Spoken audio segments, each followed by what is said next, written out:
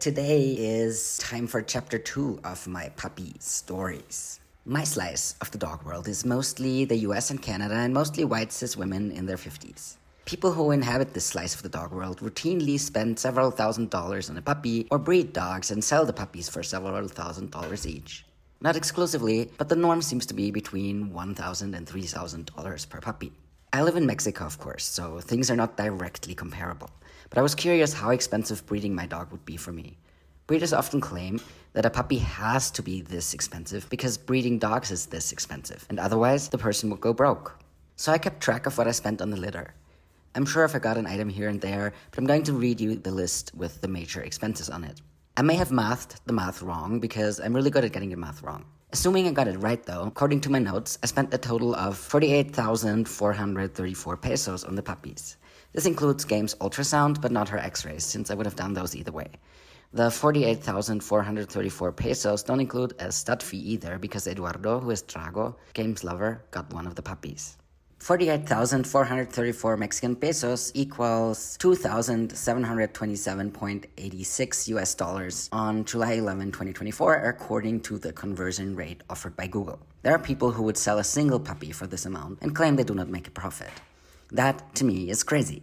There is no way you do not make a profit. I had 5 puppies. 1 puppy went to Eduardo and Trago, the sire. That leaves 4 puppies. I'm not factoring in the time I spent enjoying the puppies and only basing my calculations on these expenses. Let's do a thought experiment. If I sold the puppies on the low end of what puppies in the US and Canada are generally sold for, about $1,000 each, I would make $4,000 off of the 4 remaining puppies, leaving me with a profit of $1,271. If I sold 4 puppies for $2,000 instead, those still wouldn't even be particularly expensive puppies, but average priced puppies. And I'd end up with a profit of $5,272. By my standards, this is an insane amount of money. I make that much in 3 to 4 months, and only if these months go well. But let's dig deeper. As you are listening to this podcast from the global north, you may be thinking to yourself that raising my puppies was quote-unquote only the equivalent of $2,728 because I live in Mexico and everything is cheaper here. The thing is though, there are a few items on my list that I'm sure were cheaper here than they would be in the US. That's Game's ultrasound. It was 734 pesos, the equivalent of $41. The first puppy vaccines I got the pups may have been cheaper as well because I bought the vaccines at a veterinary pharmacy and vaccinated the puppies myself. Finally, the 2 happy vet visits I did were definitely cheaper.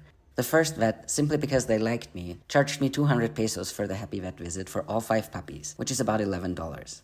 The second vet charged me 200 pesos per puppy, so 1,000 pesos for all 5, which is $51.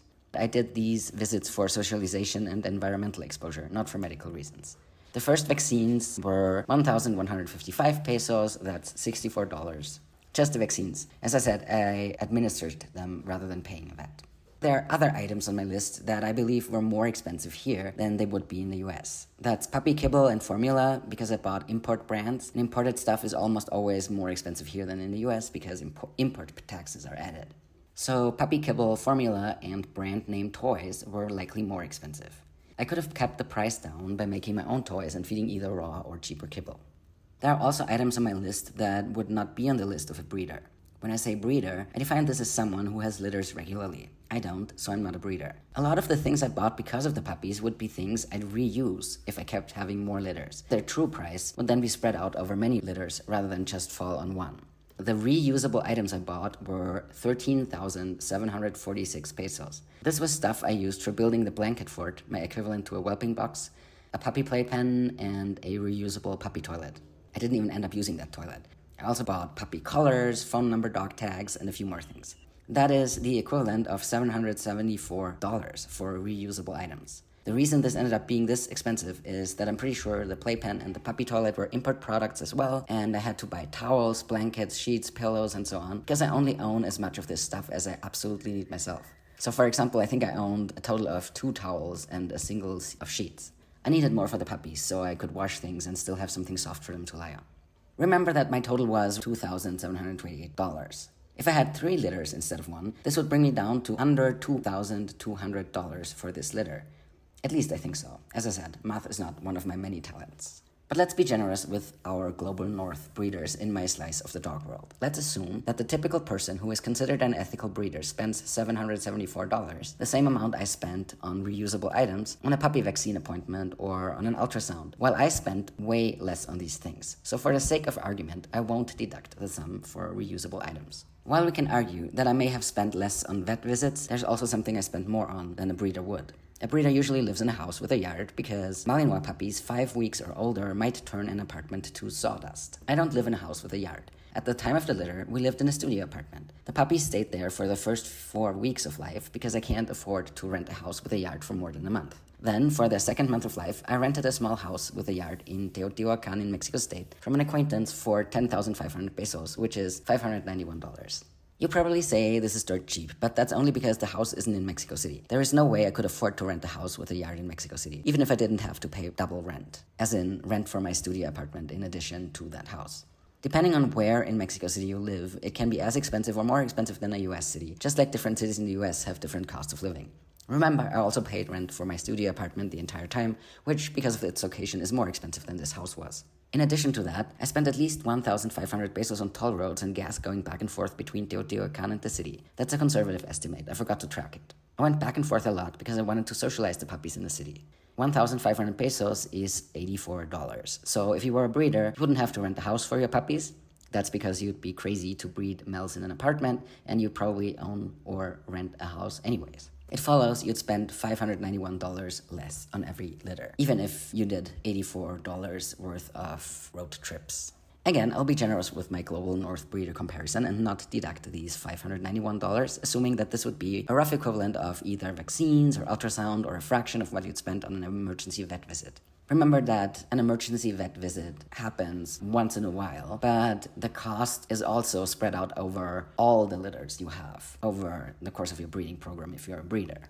So even if the vet bill runs high, it isn't actually that high if you factor in the other litters that you have where you don't have to have emergency vet visits. Anyways, so there's now $1,365 I spent on reusable items and renting a house that a global north breeder wouldn't have spent. This should make up for the few items on my list that were actually cheaper. Note that if I did deduct the two larger sums, reusable items and the rent for the second place, from my original $2,669, I'd quote-unquote only have spent a total of $1,304 on this litter. I believe in full financial transparency. I feel like ideally we'd do away with capitalism, but while we have it, I wish we were being fully transparent with how much we spend, how much we make, and what we own in all aspects of our lives. Keeping these things secret is a huge reason behind social injustice. Back to the puppies. To simplify my long list of items a little, I broke it down into 6 categories. Vets and medications, toys, puppy food, treats and formula, housing, gas and tolls, cleaning supplies, and reusable stuff. Number 1, vets and meds. I spent 8,906 pesos, that is $502 on it. Number 2, toys. I spent 2,664 pesos, which equals $150. 3, puppy food, treats, and formula. I spent 10,711 pesos, which is the equivalent of $604. Number 4, the second house I rented, gas and highway tolls. 12,000 pesos, which equals $676. Number 5, cleaning supplies, 404 pesos, which is $23. Number 6, reusable stuff, such as phone number, dog tags, playpen, towels, puppy collars, puppy carrier, blankets, etc. That was 13,746 pesos, or $774. This almost adds up to my total of $2,728. I'm only off by a few pesos, so my manually math isn't perfect, but it's good enough. Note that I don't charge for my time here. If I factored in my time I spent socializing and exposing the puppies to various environments and working with them on handling and husbandry stuff, that number would go way up. I guesstimate I spent about 3 times as many hours raising Dame's puppies as the quote-unquote average puppy culture or AV dog breeder does, simply because of all the visitors and field trips I arrange for them. I believe on average, and again, that's a conservative estimate, I spend 3 hours a day focusing on the puppies, feeding them, cleaning up after them, taking them through their handling and husbandry protocols, entertaining guests with my puppies, visiting other places with my puppies, going back and forth between Mexico City and the house with the puppies, taking field trips, etc., etc. Assuming it was in fact on average 3 hours a day, less in the early days and most definitely more in the later days, I'd have spent a total of 168 hours with the puppies. Minimum wage in the US, according to some random source I just googled, is $7.25. So I would have made $1,218 if it was paid in minimum wage in the US. Without factoring in the hours at minimum wage, I spent the equivalent of $2,728 on this litter. If I added 168 hours at minimum wage to this, it would have been $3,946. You know what this means? Even if I sold each one of the 4 puppies who didn't go to the studs human at the low end of the range of what's a typical puppy price in the US and Canada these days, $1,000 each, I would still not only have broken even, but made a small profit of $4,000 minus $3,946 equals $54. So I would have made a profit of $54. Add to this the fact that for a Malinois, 5 puppies is actually a small litter. If you have more puppies, your profit would be higher. So the answer here is crystal clear to me. Breeders who sell dogs absolutely make a profit, even if they occasionally have emergency vet visits and even if they pretend they only quote-unquote put titles on their dogs in order to breed them. Titles being expensive is sometimes quoted as a reason for puppies being expensive, but in my mind, the only way you could justify factoring your sports titles into your puppies' prices is if the only reason you did sports in the first place was because you bred dogs.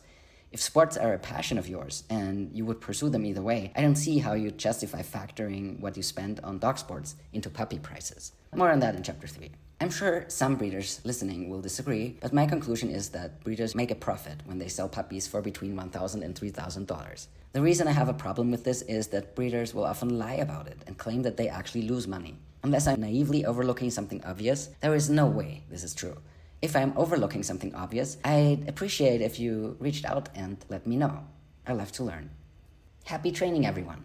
If you'd like to support my blogging, podcasting, and YouTubing and help me create more free resources, head over to adventuredogsanarchy.com/support. Just as helpful and R+ for me is leaving me a review on Apple Podcasts.